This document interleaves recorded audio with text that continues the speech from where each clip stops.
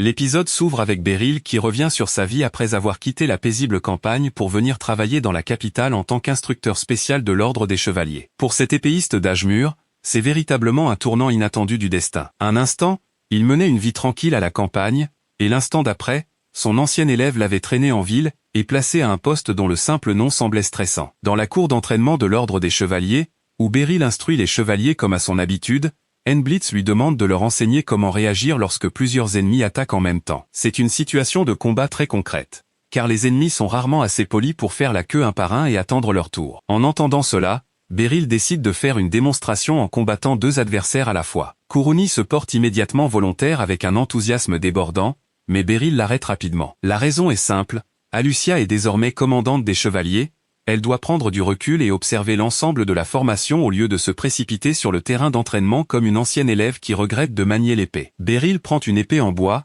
fait face à Blitz et Kuruni, et commence à expliquer, lorsqu'on combat deux personnes en même temps, le plus important est d'éviter d'être prise en étau entre deux directions d'attaque. Un épéiste doit sans cesse se déplacer, contrôler sa position et forcer les adversaires dans une situation où ils ne peuvent pas se coordonner facilement. Mais la leçon sérieuse ne dure pas longtemps, car une boule de lumière magique vole soudain droit vers Beryl, et explose juste à côté de lui.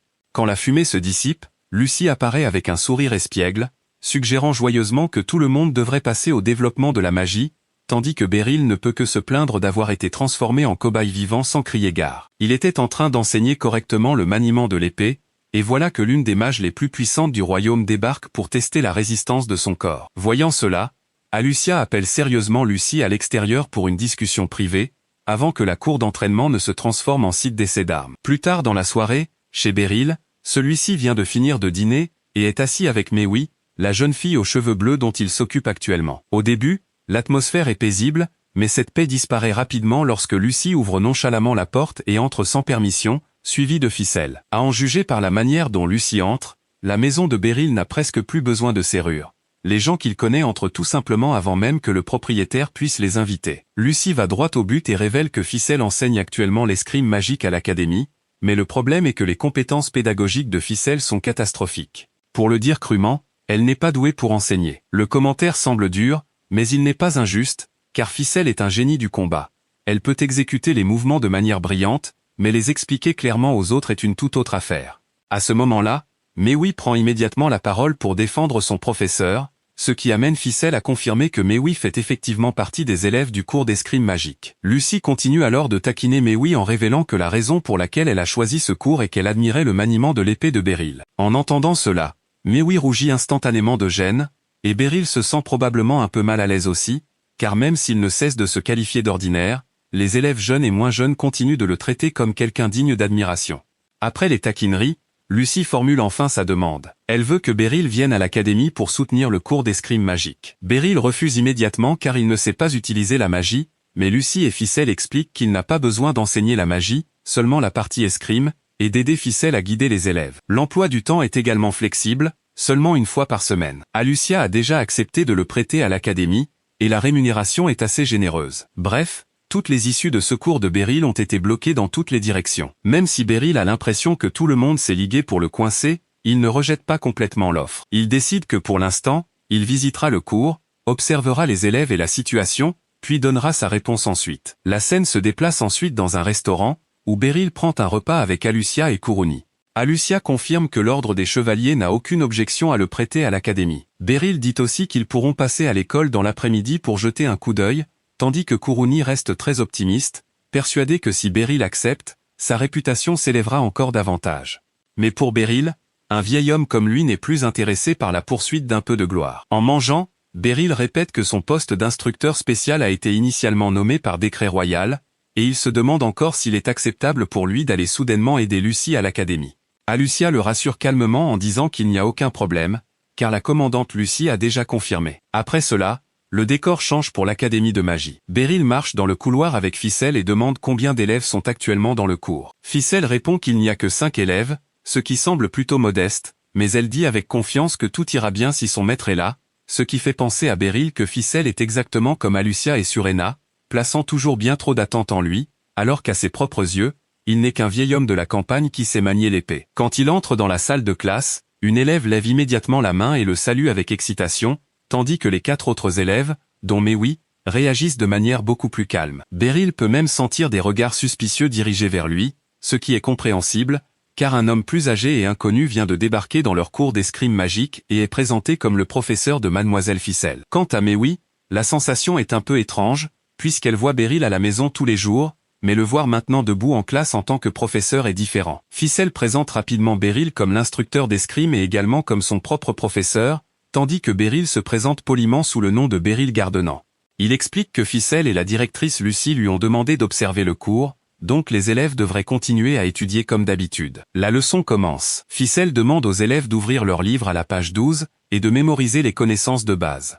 Au début, tout semble bien se passer, jusqu'à ce que l'élève aux cheveux orange, Cindy, pose une question sur les concepts de rotation interne et rotation externe. Ficelle explique que la rotation externe signifie tourner vers l'extérieur, tandis que la rotation interne signifie tourner vers l'intérieur. La réponse n'est techniquement pas fausse, mais elle n'aide personne à mieux comprendre. Toute la classe est perplexe, et Beryl, debout à côté d'elle, marmonne discrètement qu'il ne comprend pas non plus. À ce stade, l'avertissement précédent de Lucie commence à se confirmer. Ficelle est peut-être forte, mais sa capacité à expliquer les choses met clairement la patience des élèves à rude épreuve. Et ça ne s'arrête pas là. Ficelle dit ensuite à toute la classe de sortir leurs épées en bois et de faire 1000 mouvements de frappe, forçant Beryl à paniquer et à l'arrêter immédiatement. Les élèves estiment que 1000 frappes prendraient presque 20 minutes, tandis que Ficelle dit nonchalamment qu'elle faisait la même chose autrefois. Après avoir entendu cela, Beryl comprend enfin exactement pourquoi Lucie l'a amené ici. Beryl demande d'abord à chaque élève de se présenter. Un par un, ce sont Cindy Lovo, Lumid Bafang, Fred Raenek, Nesia Gand et Mewi Freya. Après cela, il ne force personne à faire 1000 frappes et à se blesser les épaules pour rien. Au lieu de cela, il demande simplement à chacun de faire 5 mouvements d'épée pour qu'ils puissent observer leur forme, puis il relève soigneusement les erreurs de chaque élève et explique comment les corriger. En regardant Beryl enseigner, Ficelle ne peut s'empêcher de penser que son maître est vraiment le meilleur, tandis que Beryl réalise que les élèves progressent rapidement car ils sont disposés à écouter et à s'ajuster. Cela lui rappelle l'époque où il enseignait dans son dojo à la campagne, un sentiment à la fois familier et agréable. Cindy demande soudain si Beryl est fort. Ficelle répond immédiatement à sa place en disant que son maître est très fort, mais Nesia, l'élève blond, dit calmement qu'ils savent déjà que Ficelle est forte, reste à prouver si Beryl est plus fort qu'elle. En d'autres termes, s'il veut leur respect, il doit le montrer par un combat. Beryl comprend que les enfants ne veulent pas de mal, ils veulent simplement savoir si ce vieil homme inconnu a véritablement la capacité de les enseigner. Il ne veut pas non plus impressionner les élèves avec des mots seuls, alors il décide d'inviter Ficelle sur le terrain d'entraînement, et tout le groupe se déplace vers le terrain en herbe, où un affrontement entre l'escrime pur de Beryl et l'escrime magique de Ficelle est sur le point de commencer. Sur le terrain en herbe, Beryl et Ficelle se font face. Après un bref salut, ils se précipitent immédiatement l'un vers l'autre, mais le match a à peine commencé que les élèves sont figés sur place. Les deux combattent si vite que les deux garçons ne peuvent que haleter de stupeur. Un seul clignement d'yeux suffit pour que le test de compétence livre sa première réponse, la vraie force n'a pas besoin de publicité. À cet instant, Beryl se souvient du passé de Ficelle. Elle n'était autrefois qu'une enfant ordinaire, pas quelqu'un né au sommet, mais elle possédait un niveau d'assiduité effrayant. Chaque jour, elle faisait véritablement 1000 frappes d'épée. Ficelle maîtrisait chaque technique d'escrime que Beryl lui enseignait, et même après avoir atteint un niveau très élevé, elle n'a jamais cessé de s'entraîner. Puis Ficelle décide de dégainer une vraie épée. La lame brille d'un bleu magique, rendant l'atmosphère du match d'entraînement beaucoup plus intense. Cette fois, chaque coup qu'elle porte n'est plus de la simple escrime, mais porte la puissance d'une épée magique. Beryl continue de défendre et de reculer, mais dans son cœur, il estime très hautement son élève. Elle n'est plus la petite fille du dojo, elle est devenue une véritable guerrière. Cependant, son adversaire est Beryl, un homme capable de choses absurdes avec l'expression la plus ordinaire. Après avoir défendu pendant un moment, il lance soudain une frappe fulgurante qui envoie Ficelle au sol sur l'herbe. Le match se termine avant que les élèves n'aient pu pleinement assimiler ce qui vient de se passer. Beryl félicite doucement la technique de Ficelle, tandis que Ficelle admet honnêtement sa défaite, non pas parce qu'elle est faible, mais parce qu'elle ne s'attendait pas à ce que son maître lance son épée. Beryl gagne avec un mouvement très pragmatique, si les règles ne l'interdisent pas, alors c'est un coup valable. Les élèves sont immédiatement convaincus, mais ne peuvent s'empêcher de se demander si lancer une épée comme cela est acceptable. Beryl profite de ce moment pour leur enseigner une leçon importante. Dans un vrai combat, l'objectif n'est pas d'exécuter de belles techniques d'escrime ou de suivre parfaitement les formes des manuels. L'objectif est de survivre et de gagner, et il en va de même pour les épées magiques. De leurs regards initialement dubitatifs, l'attitude des élèves change progressivement et complètement. Ils demandent à Beryl à l'unisson de continuer à les enseigner, tandis que Beryl sourit. Au fond de lui, il a aussi envie d'enseigner un peu plus à ses enfants, et en même temps, Il veut que Ficelle comprenne qu'enseigner ne consiste pas simplement à faire répéter aux élèves ce qu'elle faisait autrefois. Chaque personne a un rythme, un corps et une manière d'apprendre différents, et un professeur doit être capable d'observer ces différences.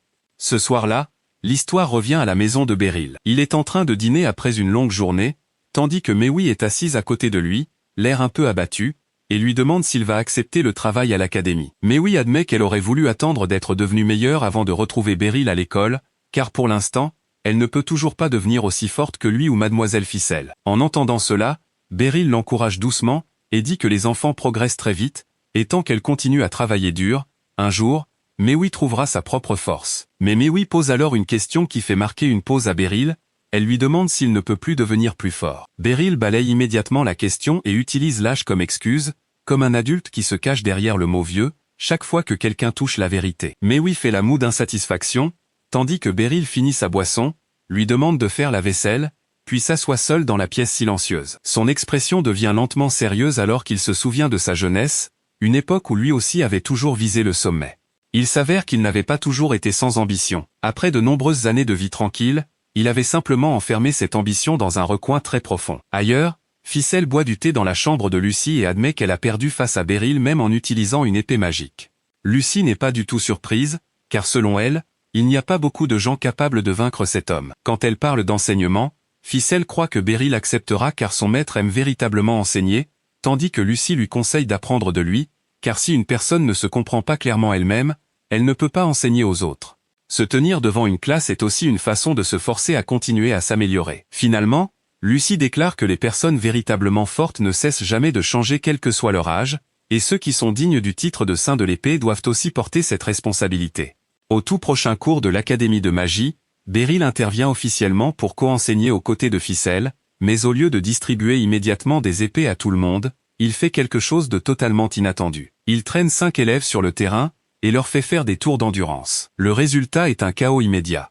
La plupart de la classe finit effondrée sur l'herbe, complètement vidée. Seule Cindy tient encore debout, son endurance étant clairement d'un autre niveau. Un élève demande curieusement à Ficelle si elle s'entraînait comme ça à l'époque. Ficelle répond calmement que oui, puis suggère nonchalamment d'ajouter 50 tours supplémentaires. Beryl lui coupe immédiatement l'herbe sous le pied avant que quelqu'un ne perde un rein. Il n'est pas contre la course, mais la charge de travail doit avoir du sens. Tout le monde n'est pas bâti comme Ficelle. Une fois que les élèves comprennent le but de l'exercice, les plaintes commencent à s'estomper. Ils sont toujours épuisés, mais maintenant ils comprennent. Cindy prend même l'initiative, distribuant des serviettes et rappelant à tout le monde que sauter le petit déjeuner est une terrible idée si on veut survivre à l'entraînement. En observant discrètement depuis le côté, Beryl réalise quelque chose d'important. Le problème avec ses élèves n'est pas seulement la technique ou l'endurance. Certains d'entre eux n'ont pas encore véritablement créé de lien entre eux. Et si un professeur ne se concentre que sur la forme en ignorant l'état d'esprit de l'élève, il pourrait finir par enseigner complètement la mauvaise chose. En quittant le terrain d'entraînement,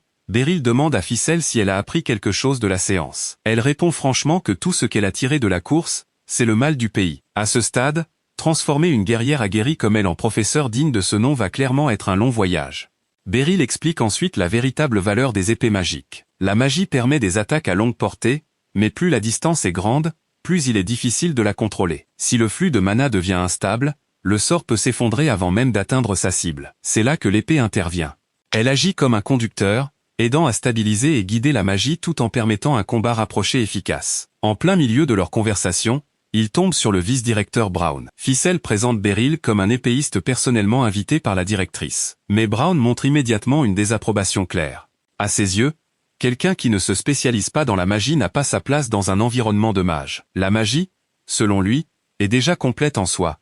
Il n'y a pas besoin d'interférences extérieures. Dans sa jeunesse, Brown et Lucie étaient des figures clés du corps de magie. Maintenant qu'il s'est éloigné du front pour se concentrer sur la recherche, son opinion a un poids considérable. Beryl ne discute pas, mais c'est désormais évident, ce cours ne souffre pas seulement d'un faible effectif, il va devoir prouver que combiner l'escrime et la magie a véritablement un intérêt. Pendant ce temps, ailleurs, Alucia et Surena sortent boire un verre, et la paix n'a jamais été une option. Surena commence immédiatement à taquiner Alucia, disant qu'elle est à peine éloignée de Beryl et qu'elle a déjà l'air en manque d'oxygène. Puis elle va encore plus loin, insinuant qu'Alucia a abusé de son autorité de commandante juste pour garder son maître près d'elle. Alucia réplique instantanément, niant tout et insistant sur le fait que c'est strictement professionnel. La dispute s'intensifie rapidement. Toutes deux déclarent fièrement être celles qui se soucient véritablement de Beryl. Après de nombreux allers-retours, elles réalisent finalement quelque chose. Elles veulent toutes les deux rendre l'appareil à leur maître. Elles déclarent donc une trêve temporaire et acceptent de travailler ensemble. Ce qui dure environ 3 secondes,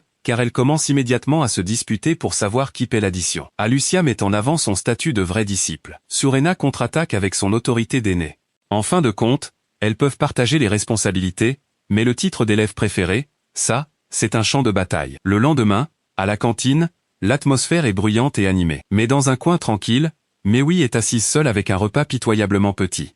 Cindy le remarque immédiatement, et vient s'asseoir à côté d'elle avec son plateau. Elle rappelle gentiment à Maui que l'entraînement est épuisant, et que bien manger est important. Peu habituée à ce genre d'interaction, Maui répond maladroitement, et dans sa nervosité, elle fait accidentellement tomber de la nourriture sur ses vêtements. Au lieu de rire, Cindy l'essuie calmement et la rassure avec un sourire chaleureux. Ce petit acte de gentillesse fissure quelque chose en Maui. Quelques instants plus tard, 3 autres camarades de classe tirent nonchalamment des chaises et les rejoignent. Personne ne la met sous pression, personne ne pose de questions inconfortables. Ils parlent et rient simplement comme si c'était la chose la plus naturelle du monde. Lentement, Maui réalise quelque chose. Elle n'a jamais été véritablement isolée, elle ne savait simplement pas comment tendre la main vers les autres. Pendant que les élèves se rapprochent, Beryl est invité à déjeuner par Kinera.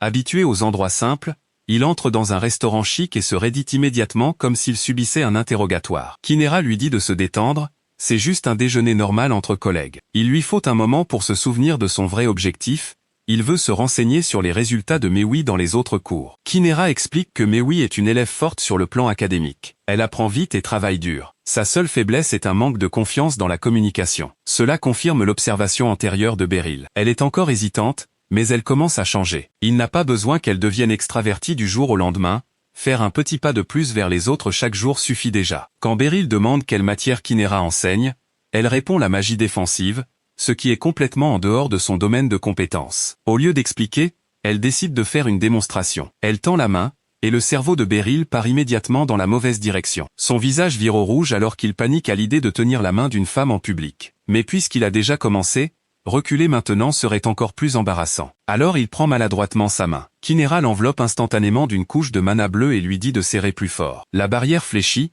absorbe la pression, mais ne se brise pas. Elle explique que sa structure peut changer en fonction de la capacité et de l'intention de l'utilisateur. C'est à ce moment que Beryl comprend véritablement.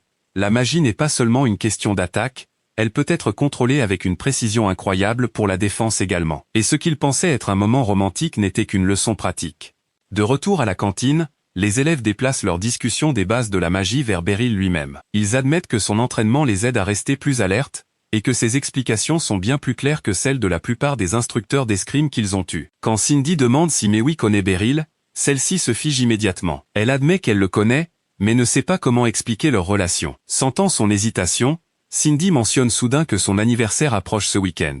Comme sa famille est occupée, elle ne prévoit pas de grande fête. Le groupe propose immédiatement d'organiser un petit rassemblement à l'académie. Tout le monde apportera de la nourriture et des cadeaux. Maui est surprise, mais accepte. Elle se porte même volontaire pour préparer un cadeau. Pour la première fois, elle s'intègre dans un projet commun au lieu de regarder de l'extérieur. Avant de partir, elle demande discrètement si elle peut garder le mouchoir que Cindy a utilisé plus tôt. Après le déjeuner, Kinera exprime ses attentes envers Beryl. Elle croit que les épées magiques sont un nouveau domaine avec un énorme potentiel. Il est content de l'entendre, mais ressent toujours la pression, car à ses propres yeux, il n'est qu'un épéiste d'âge mûr qui comprend à peine la magie. À ce moment-là, il remarque l'église de Sven à proximité, et décide d'y faire une visite.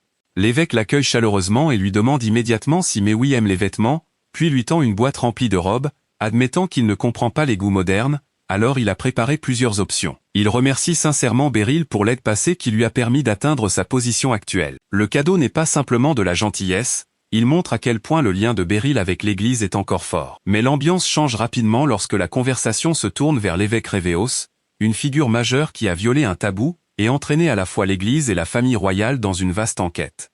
Les retombées ont frappé directement les chevaliers saints, des officiers de haut rang ont été démis de leurs fonctions, Rose a été forcée à la retraite en raison de ses blessures, et ceux qui sont restés nettoient encore les conséquences.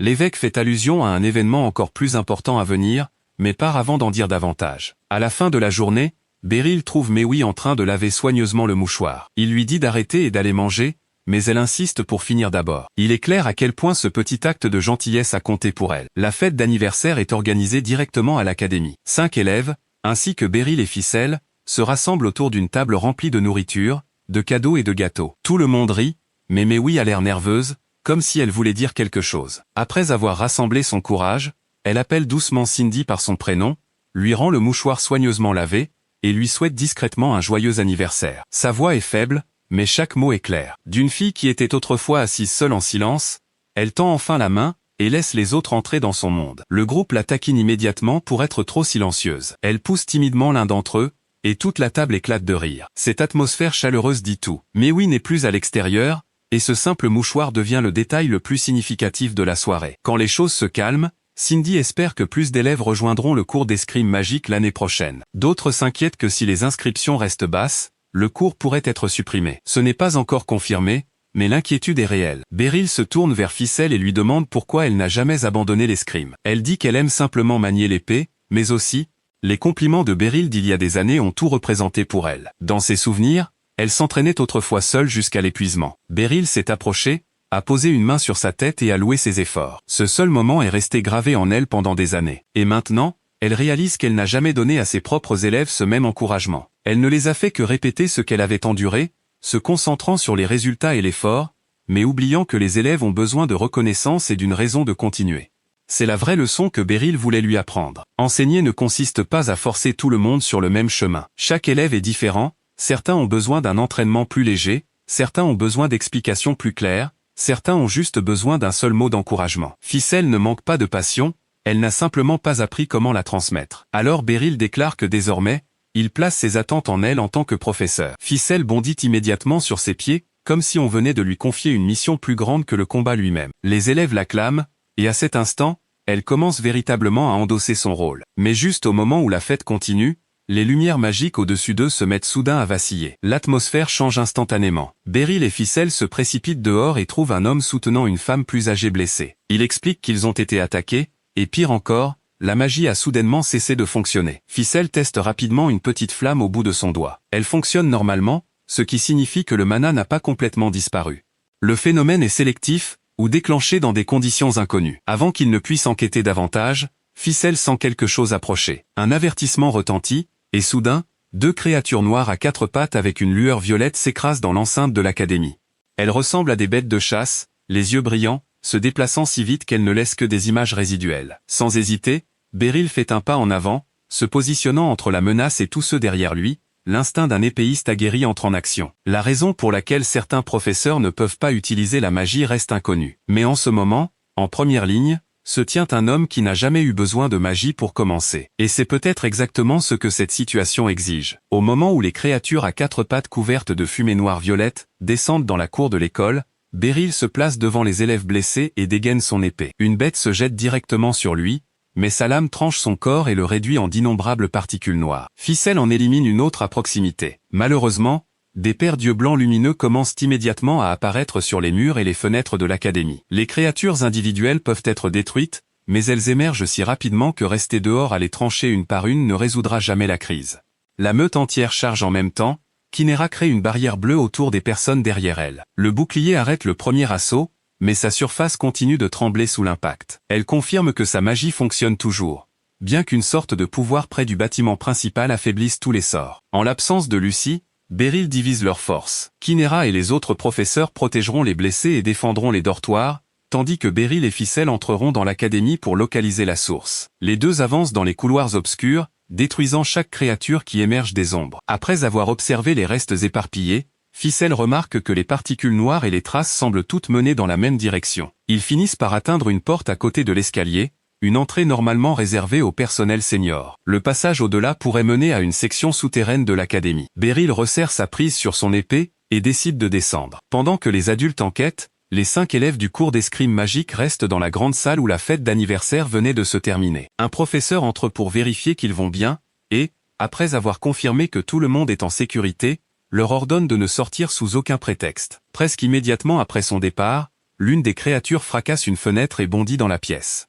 Mais oui, Cindy, Lumit, Fredra et Nesia rampent sous la table du banquet, se cachant derrière la longue nappe en retenant leur souffle tandis que des griffes et des yeux blancs lumineux se déplacent à seulement une courte distance. La bête saute sur la table et renverse assiette, nourriture et cadeaux d'anniversaire de Cindy. Mais oui équipe discrètement ses armes, plusieurs petites lames attachées à ses doigts. Quand la créature s'éloigne temporairement de leur cachette, les élèves chuchotent entre eux. Si elle atteint les dortoirs, les autres enfants pourraient être attaqués avant même de comprendre ce qui se passe. Maui admet qu'elle ne peut pas la vaincre seule. Les 4 autres n'ont aucune intention de la laisser combattre seule. Si une personne n'est pas assez forte, alors les 5 travailleront ensemble. Maui canalise du mana dans les 5 lames, les faisant briller en même temps. Les mouvements que Beryl a corrigés pendant les cours sont maintenant devenus quelque chose sur lequel le groupe peut compter. Aucun d'entre eux ne sait si le plan va réussir, mais la fille qui s'isolait autrefois dans un coin de la classe est maintenant la première à suggérer de se lever et de combattre. Ses amis resserrent leur prise sur leurs armes, et se préparent à la suivre. Sous l'académie, Beryl et Ficelle découvrent une salle remplie de livres éparpillés et d'équipements de recherche. L'homme blessé gisant derrière une étagère est le vice-directeur Brown. Du sang coule de son abdomen et imbibe ses vêtements. Il révèle que la chambre était autrefois protégée par un sceau extrêmement puissant. Croyant que le secret de la jeunesse éternelle de Lucy était caché derrière, Brown a passé de nombreuses années à tenter de le briser, mais chaque méthode s'est soldée par un échec. Brown a finalement créé un dispositif magique capable de neutraliser toute forme de magie. Cela lui a permis de contourner le sceau, mais il n'y avait aucun sort d'immortalité de l'autre côté. Une fois la protection désactivée, les créatures de l'ombre ont commencé à apparaître. Le même dispositif est également responsable de l'affaiblissement ou de la suppression complète de la magie dans toute l'académie. Il se trouve actuellement dans une salle de classe au premier étage. Ficelle prend immédiatement la responsabilité de le détruire et de transporter Brown auprès des professeurs qui peuvent soigner ses blessures. Même en perdant du sang, Brown affirme amèrement que s'il avait été plus jeune et plus fort, il n'aurait jamais perdu face à ces créatures. Avant que Ficelle ne l'emporte, il leur dit que ni elle ni Beryl ne pourraient comprendre la terreur de regarder la vieillesse voler progressivement la force d'une personne. Beryl ne discute pas. Il continue simplement seul plus profondément sous terre. Au bout du tunnel se trouve une chambre énorme couverte de cristaux bleus lumineux. Une bête gigantesque se tient au centre de la caverne, chacune de ses 4 pattes retenues par des chaînes massives. De la fumée noire-violette s'élève continuellement de son corps, et ses yeux brillent à travers l'obscurité. Beryl ne peut pas encore confirmer si cette créature produit les monstres plus petits, mais sa seule existence prouve que la crise est loin d'être terminée. Beryl suppose initialement que les chaînes limiteront ses mouvements. La bête prouve immédiatement le contraire en chargeant en avant, tendant toutes les entraves et balayant ses griffes à travers la chambre. Beryl évite l'attaque, réduit la distance et tranche l'une de ses pattes avant. La section endommagée se désagrège en fumée noire, pour se rassembler à nouveau quelques instants plus tard. Les chaînes l'empêchent de quitter la caverne, mais elles ne font rien pour l'empêcher d'attaquer tout ce qui est à sa portée. La créature met Beryl sous pression avec ses mâchoires, ses griffes et son poids massif. Chaque fois qu'il se retire hors de sa portée de frappe, elle lance des projectiles noirs à distance, le forçant à dévier chaque salve avec son épée. Combattre de près est dangereux, mais maintenir la distance ne l'est pas moins. Ses attaques ne dispersent les ténèbres que temporairement. En se souvenant que Maui et les autres élèves sont encore au-dessus, Beryl refuse de battre en retraite. Si le monstre brise ses chaînes, les conséquences seront impossibles à contenir. Au même moment, le groupe de Maui utilise leurs courtes lames pour appliquer les techniques d'escrime apprises en cours. Quand Ficelle détruit le dispositif anti-magie au premier étage, le mana revient immédiatement dans toute l'académie. Les 5 élèves passent à un assaut magique coordonné. Lumière, glace, terre, vent et feu frappent la bête debout sur la table du banquet les uns après les autres. Certaines attaques sont créées par 2 élèves combinant leurs puissances. Même après toute la séquence, cependant, le monstre reste debout. Les élèves réalisent que simplement lancer de nombreux sorts sur la même cible ne recréera pas la puissance écrasante de Ficelle. Au lieu de paniquer et de fuir, Maui étudie la pièce, le comportement inhabituel de sa propre magie du feu, et les objets encore éparpillés autour d'eux. Après un moment de réflexion, elle annonce qu'elle a un autre plan. Sous terre, Beryl est entièrement forcé sur la défensive quand une épée couverte d'énergie magique bleue tranche soudain l'air. Ficelle se précipite et repousse la créature loin de lui. Elle confirme que Brown a été confié aux soins, et que le dispositif anti-magie a été détruit. La magie fonctionnant à nouveau, Ficelle renforce sa lame et attaque à plusieurs reprises la tête du monstre. Elle couvre même l'épée de flamme, mais chaque section qu'elle détruit se reforme rapidement à partir de fumée noire. Réalisant que leurs attaques actuelles ne peuvent pas mettre fin au combat, Ficelle décide de concentrer tout son mana en une frappe décisive. Le processus d'amplification nécessitera du temps, alors elle demande à Beryl de la protéger. Il ne comprend pas pleinement les mécanismes, mais se place immédiatement en avant, entre son élève et le monstre. Beryl crie délibérément pour attirer son attention. Derrière lui, Ficelle tient son épée verticalement tandis qu'une lumière dorée entoure lentement tout son corps. Beryl continue d'éviter les griffes, de dévier les projectiles et de maintenir sa position jusqu'à ce qu'elle termine la préparation. Le pouvoir sombre lié à l'Ono Ambrosia continue de menacer la grande salle. Les élèves n'ont besoin que d'une brève ouverture pour exécuter le plan de Maui. Une attaque d'épée magique cloue la patte avant de la créature au sol. 2 élèves utilisent immédiatement le mana pour tirer la grande nappe sur tout son corps, et Mewi enflamme le tissu au moment exact qu'ils avaient prévu. La magie du feu de Mewi a une faiblesse. Les flammes tirées directement dans l'air disparaissent très rapidement. Cependant,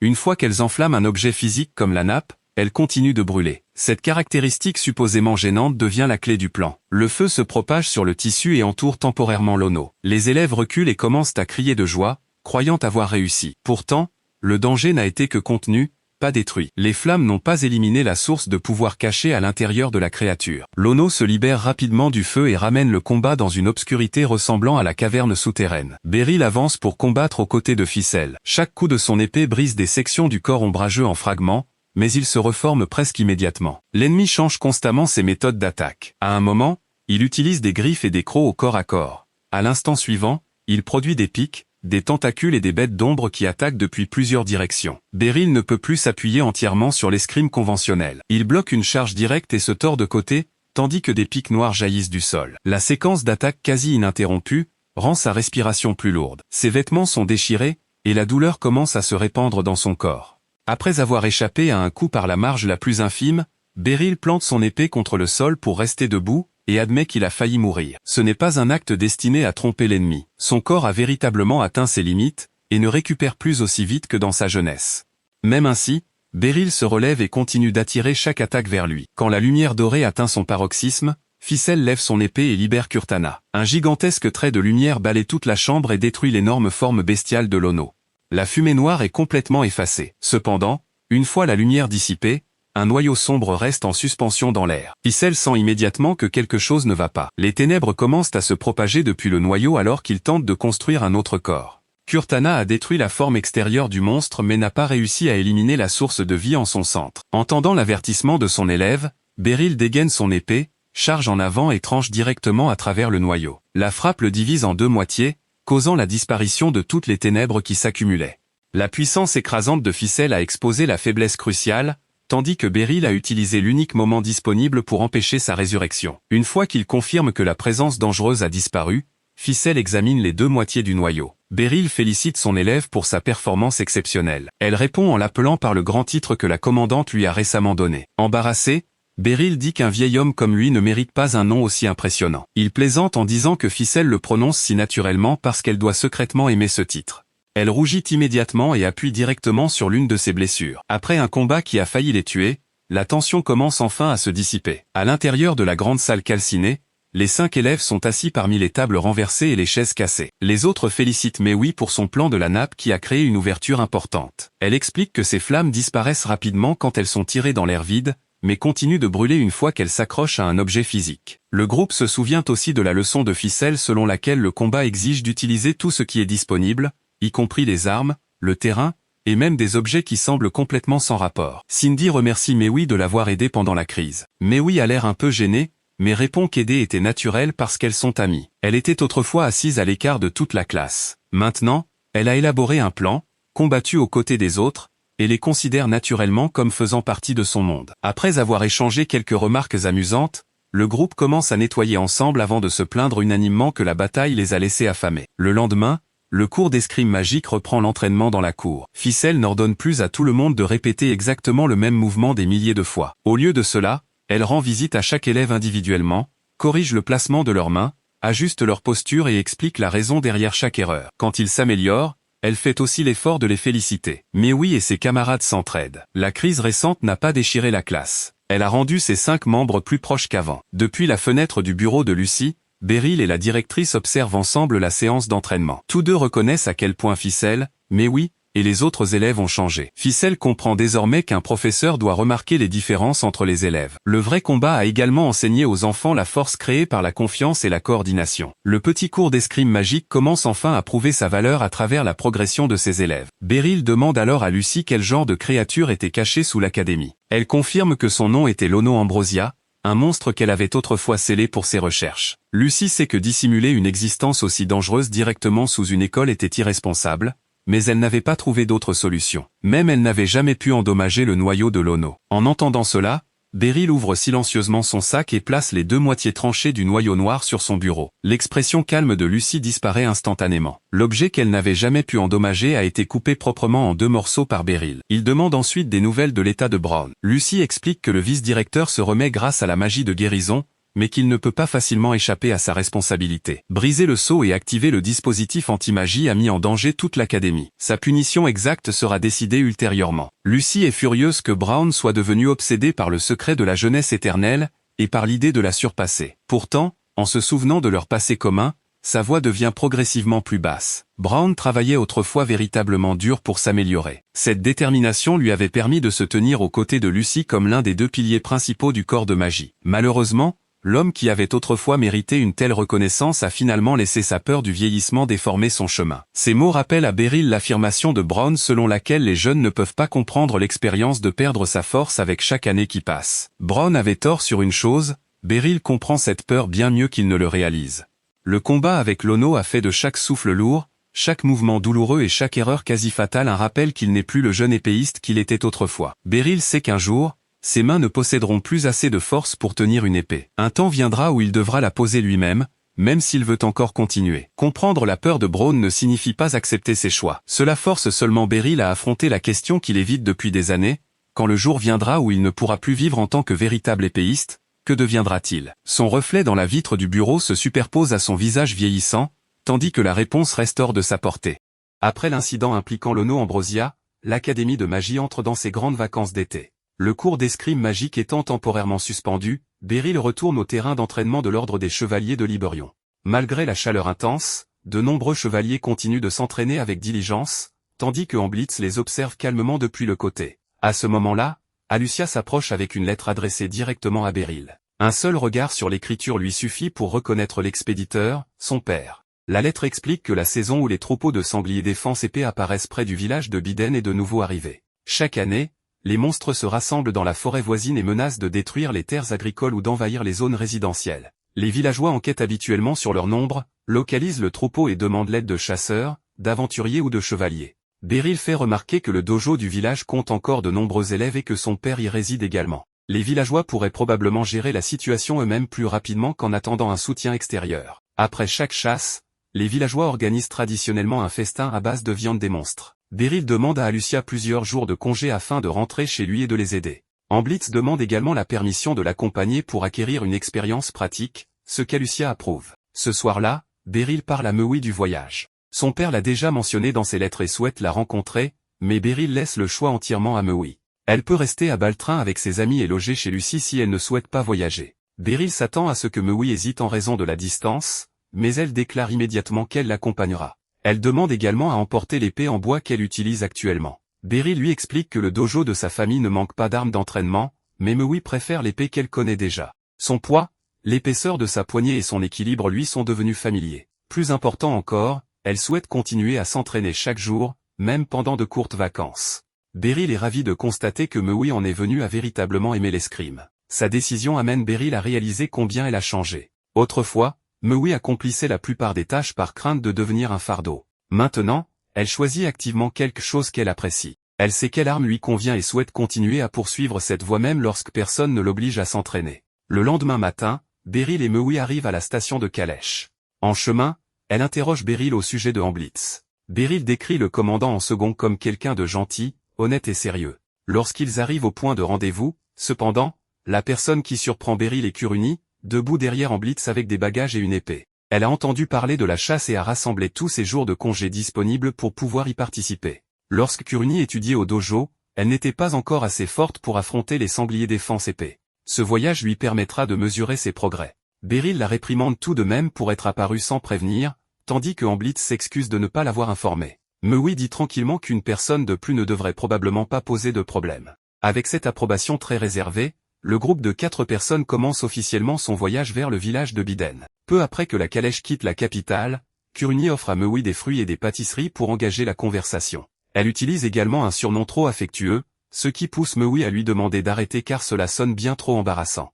Lorsque Beryl demande à Kuruni pourquoi elle a voulu devenir chevalière, elle explique qu'elle avait visité Baltrin avec ses parents étant enfant. La famille s'est accidentellement retrouvée dans un quartier dangereux et a failli croiser un groupe de criminels avant qu'une patrouille de chevaliers n'arrive. L'un des chevaliers avait doucement tapoté la tête de Kuruni, lui avait donné des bonbons et l'avait assuré qu'elle était en sécurité. À partir de ce jour, elle avait voulu devenir quelqu'un d'assez fort pour protéger et rassurer les autres. La calèche s'arrête plus tard sous un grand arbre au bord d'une rivière. Amblitz se propose de préparer le thé, offrant à Beryl l'occasion de lui demander pourquoi il a rejoint l'ordre des chevaliers. Amblitz explique que son père était un fonctionnaire dévoué. Il avait initialement prévu de suivre la même voie et étudier jour et nuit jusqu'à ce que sa santé commence à se détériorer. Sa famille l'avait finalement forcé à arrêter et lui avait recommandé la pratique de l'épée comme moyen de récupérer. Plus il s'entraînait, cependant, plus il réalisait que l'escrime lui convenait bien mieux que le travail de bureau. Cette découverte l'avait finalement conduit à rejoindre l'ordre des chevaliers. Après avoir entendu cette histoire, Kuruni admet qu'elle ne s'était jamais imaginé devenir le genre de chevalière que les enfants admireraient. Mewi lui répond doucement que se fixer un tel objectif et réussir véritablement à devenir chevalière mérite déjà l'admiration. Kuruni devient si heureuse qu'elle prend immédiatement les deux mains de Mewi. Avant la tombée de la nuit, le groupe arrive sain et sauf au village de Biden. C'est la première fois que Mewi quitte Baltrin. Debout sous le vaste ciel ouvert, elle ferme les yeux et absorbe le vent et l'air qui semblent complètement différents de ceux de la ville. Alors qu'ils approchent de la maison d'enfance de Beryl, il entend une voix familière l'appeler comme s'il était encore un jeune garçon rentrant du dojo. Mordea Gardenant et Fren sortent immédiatement et accueillent tout le groupe. Amblitz se présente comme le commandant en second de l'ordre des chevaliers de Liberion. Kuruni explique que Beryl l'a autrefois entraîné et prise sous son aile au dojo. Mordea répond en plaisantant que dans la capitale, c'est peut-être Beryl qui a besoin de quelqu'un pour veiller sur lui. Au moment où Mordea remarque Mewi, son expression devient beaucoup plus douce. Il la reconnaît comme la jeune fille que Beryl a mentionnée dans ses lettres. Mewi est trop nerveuse pour parler jusqu'à ce que Beryl lui rappelle de se présenter. Elle offre une salutation formelle et soignée, mais Mordea se met à sa hauteur et lui dit qu'il n'est pas nécessaire d'être si formel. Si elle vit avec Beryl, alors elle est déjà sa petite fille. Immédiatement après, cependant, Mordea se tourne vers Kuruni et lui demande si elle est une future épouse potentielle pour Beryl. Le visage de Kuruni devient cramoisi. Beryl s'empresse de démentir la suggestion et lui dit d'ignorer les taquineries de son père. Fren appelle rapidement tout le monde à dîner avant que Mordea ne puisse continuer. Durant le repas, la conversation porte naturellement sur Randrid Patlerock, l'un des anciens élèves de Beryl, qui est maintenant marié et élève un jeune enfant. Mordea utilise immédiatement Randrid comme exemple tout en continuant à faire pression sur son fils pour qu'il se pose. Amblitz reconnaît immédiatement le nom de Randrid. C'est un aventurier très compétent qui approche des rangs supérieurs, et Randrid a également entendu parler du commandant en second de l'ordre des chevaliers de Liberion. Durant le dîner, Mordea dit à Mewi qu'elle peut l'appeler grand-père. Puisque Beryl a montré si peu d'intérêt à trouver un partenaire, Mordea avait presque abandonné l'espoir d'entendre ce mot de la bouche d'un petit enfant. Mewi rougit, tandis que Beryl trouve de plus en plus difficile de continuer à manger sous le poids de l'enthousiasme de son père. Mewi ne parvient pas à dire le mot en entier, mais elle sourit quand même. Le lendemain matin, tout le monde déploie une carte et commence à planifier. Beryl décide qu'il devrait d'abord observer la séance d'entraînement au dojo. Amblitz est également intéressé à voir les élèves. Kuruni propose de se diviser en groupes afin de faire visiter le village à Mewi. Beryl accepte et part au dojo avec Amblitz et Randrid. Au moment où Beryl entre, les élèves le reconnaissent. Lorsqu'Amblitz se présente comme le commandant en second de l'ordre des chevaliers de Liberion, toute la salle s'emballe. Tout le monde n'est cependant pas impressionné. Un élève nommé Adel Klein déclare soudainement que l'ordre des chevaliers n'a rien de spécial. Adel explique qu'un monstre a autrefois détruit les récoltes de son père, pourtant aucun chevalier n'est apparu quand sa famille en avait le plus besoin. Les personnes qui ont protégé les villageois étaient des chasseurs, des aventuriers et des épéistes du dojo. À cause de cette expérience, Adel croit que l'ordre des chevaliers reste près de la capitale, protégeant les puissants, tandis que ceux des régions reculées sont forcés de survivre par eux-mêmes. Beryl lui dit que ces mots sont inutilement durs et que Amblitz n'est pas la bonne personne sur qui décharger toute sa colère. Amblitz, cependant, accepte la critique calmement. Adel choisit finalement la méthode traditionnelle utilisée par les élèves en épée pour résoudre un désaccord, un combat d'entraînement. Amblitz accepte le défi en tant que fellow épéiste et autorise même le jumeau d'Adel, Edel, à participer. Tenant une épée en bois, le commandant en second fait face aux deux frères et sœurs. Adel charge immédiatement, tandis qu'Edel la suit d'un demi-pas en raison de son manque de confiance. Après plusieurs échanges prudents, les jumeaux commencent à mieux se coordonner. Ils pressent Amblitz avec des attaques venant de deux directions. Leur avantage numérique ne fonctionne que s'ils parviennent à le maintenir coincé entre eux, mais Amblitz ne laisse jamais cette formation se développer. Il ajuste constamment ses pas, redirige la première épée et pivote pour s'éloigner du centre de leur tentative d'encerclement. Chaque mouvement place les deux jumeaux du même côté de lui, les amenant à se gêner mutuellement. Le travail d'équipe d'Adel et d'Edel est initialement incomplet car Edel continue d'hésiter. Une fois qu'il s'accorde au rythme de sa sœur, cependant, leurs épées commencent à presser en blitz des deux côtés. Le commandant en second ne tente pas de surpasser les deux armes simultanément. Il recule d'un demi-pas, change d'angle et positionne l'un des jumeaux entre lui et l'autre. Grâce à un contrôle minutieux de la distance et du positionnement, il supprime leur avantage numérique avant de porter la réponse décisive. Beryl reconnaît immédiatement que en blitz applique la leçon qu'il lui a un jour enseignée sur la façon de faire face à plusieurs adversaires. Ne jamais contester directement la force combinée de deux ennemis. Ne jamais rester immobile assez longtemps pour être encerclé. Contrôler la distance et forcer les adversaires à se déplacer selon des positions choisies par l'épéiste. Lorsqu'Adel et Edel s'engagent entièrement dans leur attaque finale, en blitz répond au moment précis. Il écarte une épée, passe dans leur angle mort et bloque le chemin du jumeau restant. Sa lame en bois s'arrête juste avant de toucher son adversaire. Le combat se termine proprement. Les deux jumeaux respirent fort, mais aucun n'a reçu la moindre blessure. La partie la plus impressionnante n'est pas simplement la victoire de Hamblitz, mais son contrôle. Il possède suffisamment de force pour écraser les élèves, mais régule chaque mouvement pour garantir leur sécurité. Adèle s'incline finalement et s'excuse de son comportement irrespectueux. Elle déclare ensuite qu'un jour elle le surpassera. Hamblitz ne ridiculise pas son ambition. Il admet que l'ordre des chevaliers actuel ne peut pas aider chaque citoyen dans tout le royaume. Il tente encore de s'améliorer pas à pas. La colère d'Adèle n'est pas mauvaise. Tant qu'elle la dirige correctement, elle peut devenir la force qui la pousse en avant. Hamblitz promet également que chaque fois qu'elle souhaitera le défier à nouveau, il sera prêt à recevoir tout ce que son escrime a à offrir. La véritable valeur du combat ne vient pas du fait que Hamblitz soit plus fort que deux jeunes élèves. Elle vient de la manière dont il a assimilé la leçon de Beryl et l'a appliquée dans les bonnes circonstances. Après avoir gagné, Hamblitz n'utilise pas son statut de commandant en second pour forcer Adèle à la soumission. Il reconnaît qu'une partie de sa critique est justifiée. Le combat démontre donc la capacité de l'ordre tout en prouvant que l'un de ses représentants est assez calme pour écouter le peuple qu'il est censé protéger. La séance d'entraînement se poursuit ensuite. Hamblitz étudie le système d'escrime du dojo et commence rapidement à en comprendre la structure. Le système comprend 5 positions offensives, 8 positions défensives, et un travail de jambes axé sur la redirection et la neutralisation des attaques. Beryl explique que relier toutes ces techniques nécessite un centre exceptionnellement stable. Hamblitz demande alors si Beryl est la personne la plus habile pour enchaîner les différentes positions. Beryl le nie immédiatement. À ses yeux, le plus grand praticien a toujours été son père, Mordea Gardenant. Mordea gagne chaque combat sans effort. Beryl n'a jamais vu personne lui porter une frappe nette. Même après des années d'entraînement, Beryl lui-même n'a jamais vaincu son père, qui continue de neutraliser chaque tentative avec aisance. Pour les élèves de la capitale, Beryl est un maître de l'épée presque intouchable. De retour dans sa ville natale, cependant, il reste un fils qui n'a jamais échappé à l'ombre de son père. En regardant Randrid continuer à enseigner le système d'épée du dojo, Beryl commence à se demander pourquoi quelqu'un d'aussi puissant que Mordea lui a confié l'école. Si Beryl n'a jamais surpassé son père, mérite-t-il vraiment d'hériter de cet endroit?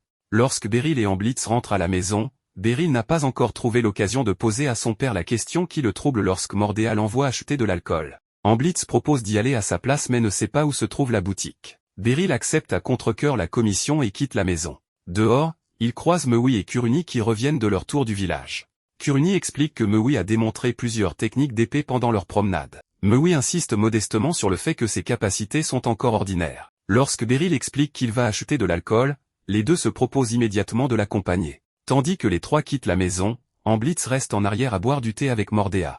Il lui pose directement une question sur ce que Beryl a dit au dojo. Hamblitz demande si Beryl faisait simplement preuve d'une modestie excessive. Mordea confirme que son fils disait la vérité. Beryl ne l'a jamais vaincu en un seul combat. Pour Mordea, ce n'est guère surprenant. Un père ne peut pas apprendre grand-chose à son fils si le fils a déjà dépassé tout ce qu'il sait. Mordea regarde soudainement Hamblitz avec des yeux inhabituellement perçants et lui propose qu'ils aient un combat. Hamblitz se demande brièvement pourquoi tout le monde dans ce village semble désireux de régler les conversations par l'escrime. Mordea écarte ensuite la suggestion et prétend qu'il plaisantait seulement. Un vieux monsieur souffrant de douleurs dorsales ne pourrait guère défier le commandant en second de l'ordre des chevaliers. Hamblitz répond sérieusement qu'il serait profondément reconnaissant pour toute occasion d'apprendre de l'homme qui a formé Beryl. Mordea continue de refuser en invoquant son âge, mais le regard dans ses yeux lorsqu'il a lancé le défi suffit à Hamblitz pour comprendre que le vieil homme est bien plus dangereux qu'il n'y paraît. Le voyage à la maison avait commencé avec une chasse au sanglier défense épée, mais avant même que les monstres n'apparaissent, Beryl doit affronter quelque chose de plus difficile,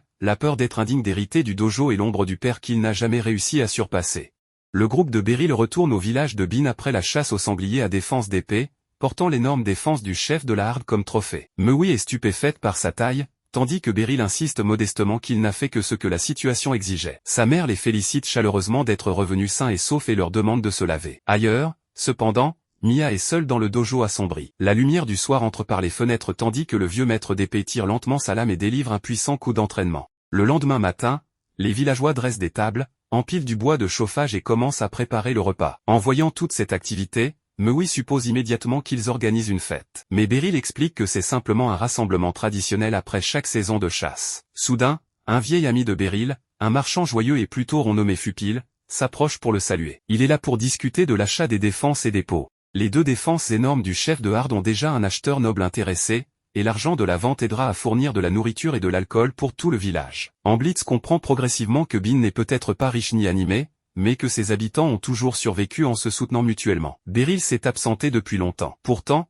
le village lui semble aussi familier qu'il s'en souvient. Le seul problème est que presque tous ses amis de son âge ont maintenant des enfants, ce qui signifie que sa mère va presque certainement commencer à se plaindre de nouveau de son statut de célibataire. Beryl demande à Mewi si elle voudrait revenir à Bean l'année prochaine. Sans hésiter, elle répond « ça semble plutôt bien ». Sa réponse le soulage visiblement. Avant le voyage, il redoutait qu'elle ait du mal à s'adapter, mais maintenant Mewi a gagné un autre lieu où elle reviendrait volontiers. Dans le train de Beryl, Elucia et Serena se retrouvent dans une taverne pour noyer leur frustration. Elucia s'assoit à peine avant de vider 2 énormes chopes de bière, forçant Serena à saisir la suivante avant que les choses ne dégénèrent. Elucia admet qu'elle est irritée parce que Amblitz et Curny ont été autorisés à voyager avec le maître Beryl alors qu'elle a dû rester dans la capitale. Elle commence même à parler avec nostalgie des vastes cieux bleus de Bean. Serena ne se porte pas beaucoup mieux. Elle aussi veut rentrer, mais après avoir été loin de chez elle si longtemps, l'idée lui semble étrangement maladroite. Les 2 commencent à évoquer leurs années d'enfance avec la famille de Beryl, et la conversation se tourne finalement vers son père, le maître Ma. C'est alors qu'elle remarque quelque chose d'étrange. Beryl a toujours prétendu qu'il n'avait jamais vaincu son père lors d'un match d'épée. Pourtant,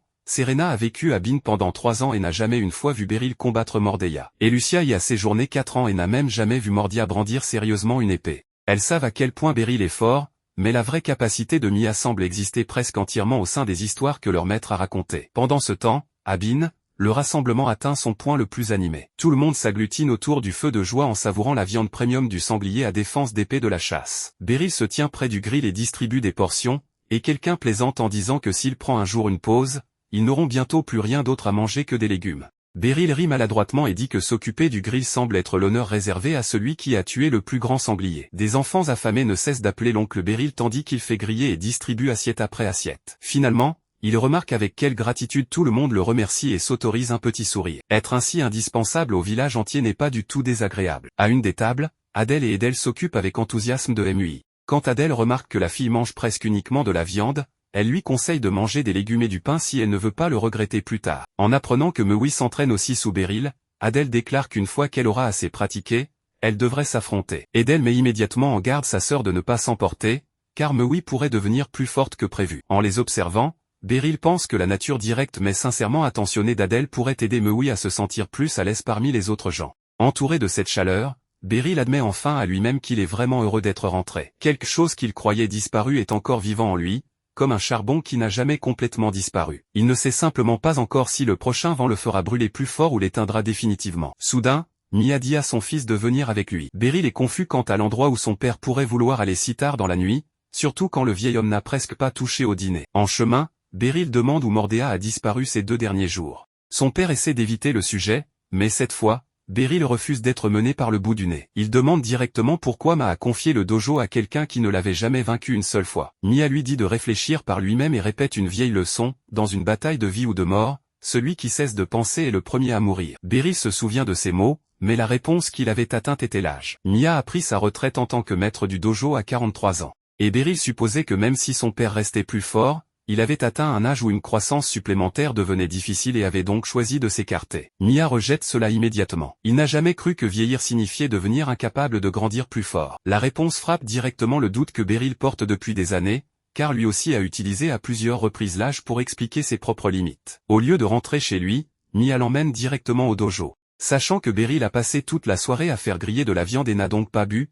il sort 2 épées en bois et propose un match. Mia veut voir de ses propres yeux à quel point le fils qui a fini par quitter Bean pour la capitale est devenu fort, et le duel lui-même servira de réponse à la recherche de Beryl. Beryl hésite, inquiet que son père ne blesse son dos, et suggère d'attendre jusqu'au lendemain. Mia explose immédiatement, insistant sur le fait qu'il n'est pas assez vieux pour avoir besoin de l'inquiétude de son fils. Puis il expose la vraie raison de l'hésitation de Beryl. Beryl a toujours peur de lui faire face. L'accusation ramène des images d'Elucia, de ses élèves et de chaque bataille qu'il a menée depuis qu'il a quitté la maison dans l'esprit de Beryl. Il réalise que s'il recule ici, tout ce qu'il a accompli jusqu'à présent perdra son sens. Il accepte l'épée en bois et accepte de combattre. Le match commence, et Beryl reste immobile longtemps parce que la posture de Mordea ne révèle presque aucune ouverture. La pression est si intense que le vieux maître d'épée lui-même finit par dire à son fils d'arrêter de se figer et de bouger. À l'instant où Beryl le fait, Mordea ferme la distance instantanément. La vitesse le surprend, mais il parvient à lever son épée à temps. Après seulement quelques échanges, Beryl réalise que son père ne s'est pas affaibli du tout. Si quelque chose, la lame de Mia semble plus vive que lors de leurs dernières années d'entraînement sérieux. Mia l'avertit qu'il n'a jamais été bon pour retenir ses coups. Il n'a aucune intention de tuer son fils, mais un seul coup mal placé pourrait encore laisser Beryl incapable de brandir une épée. Beryl comprend le danger et lui dit quand même de ne pas hésiter. Leurs épées en bois s'entrechoquent encore et encore. Mia change constamment ses angles d'attaque, forçant Beryl à perdre l'équilibre plusieurs fois et même le faisant tomber au sol, mais Beryl parvient toujours à se relever. À plusieurs reprises, père et fils verrouillent leurs lames à une distance extrêmement proche. Sous cette pression, Beryl commence à étudier Mordea plus attentivement. Il réalise que son père n'est pas aussi rapide qu'Elucia, ne possède pas la force physique écrasante de Hambley, et ne chaîne pas ses attaques comme Serena. Pourtant, d'une manière ou d'une autre, le vieil homme maintient toujours Beryl sur la défensive. Un instant, Beryl pense que peut-être il n'est toujours pas assez fort pour combattre son père. Cette fois, cependant, il rejette cette pensée lui-même. Le Beryl qui se tient ici aujourd'hui est différent de l'enfant du passé. Il peut désormais suivre l'épée et les pas de Mia de ses propres yeux au lieu d'être simplement submergé par eux.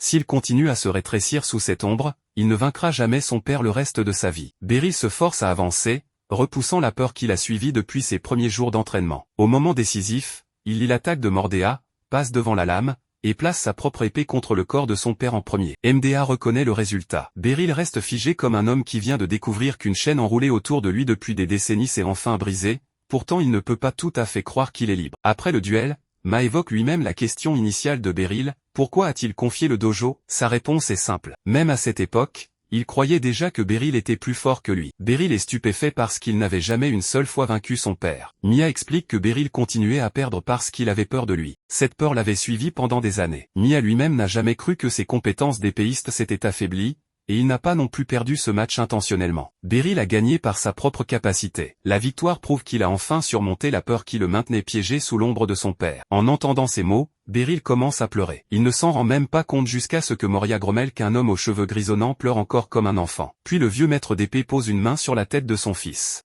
Sa bouche continue d'appeler Beryl un enfant difficile. Mais sous la plainte, il y a un soulagement indéniable. Enfin, son fils s'est sorti de l'ombre que Beryl lui-même avait créée. Alors que père et fils résolvent enfin le fardeau entre eux, la célébration du village continue. Kurni boit jusqu'à tomber endormi sur la table. Mewi va chercher plus d'eau et rencontre par hasard Mordea dehors. Le vieil homme a soif après le duel et après avoir bu, il se souvient de la question précédente de Mewi sur qui est plus fort entre lui et Beryl. Mia refuse de répondre directement et lui dit de demander à Beryl à la place, renvoyant ainsi la question à la fille. Quand Beryl rentre à l'intérieur, Fran lui donne une tasse d'eau tiède et lui demande s'il a enfin surmonté le mur dans son cœur. Beryl admet que oui, mais quand il demande à sa mère qui elle croit plus fort entre père et fils, son ami choisit Moria. Sa raison n'a rien à voir avec l'art de l'épée. Mia a réussi à élever un fils et protéger sa femme en même temps. Beryl pourrait-il faire cela? Une seule phrase transforme instantanément sa victoire durement acquise en un défi de vie entièrement différent. Son ami lui dit ensuite de se dépêcher et de trouver une femme, car tant qu'il reste célibataire, il y a encore une catégorie dans laquelle il perd sans conteste face à son père. À ce moment-là, ses parents sont clairement moins intéressés par l'art de l'épée que par l'obtention enfin de petits-enfants. Beryl ne peut que rire maladroitement. Le lendemain matin, tout le monde se prépare à quitter Bin. Randy promet de s'entraîner plus sérieusement avec ses élèves. Beryl dit que s'ils ont besoin d'aide supplémentaire, il continuera de revenir chaque fois qu'il le pourra. Amblitz demande à Randy un autre match d'entraînement la prochaine fois. Son ami dit à Mewi qu'elle est la bienvenue à tout moment. L'adieu est chaleureux jusqu'à ce que Mordea dise une fois encore à Beryl de rentrer rapidement en ville et de se trouver une femme. Fran ajoute joyeusement qu'une épéiste talentueuse serait bien, tout comme une magicienne douée, avant de se tourner vers Mewi et de lui demander qui elle pense qui conviendrait le mieux à Beryl. Mewi se fiche sur place. Beryl précipite immédiatement tout le monde vers la voiture avant que ses parents ne transforment l'adieu en une conférence complète de recrutement de belles filles. Sur le trajet en voiture vers la maison, Kurni dort paisiblement en s'appuyant contre Amblitz. Mewi demande enfin à Beryl la question que Mordea lui a renvoyée, entre Beryl et Mordea, qui est réellement plus fort? Beryl retombe immédiatement dans son ancienne habitude, pensant que c'est peut-être simplement aussi loin qu'il peut aller. Mewi souligne aussitôt qu'il utilise l'âge comme excuse pour se convaincre d'arrêter d'avancer. Beryl ne peut pas argumenter contre cela. Quand elle demande à nouveau, il répond enfin que s'il juge purement en tant qu'épéiste, alors il est plus fort maintenant. Pourtant, il ne croit toujours pas qu'il puisse vraiment se mesurer à son père. Mewi se plaint que la réponse n'a aucun sens. Beryl sourit seulement. Pour la première fois, il n'utilise plus son âge pour nier à quel point il a réellement avancé.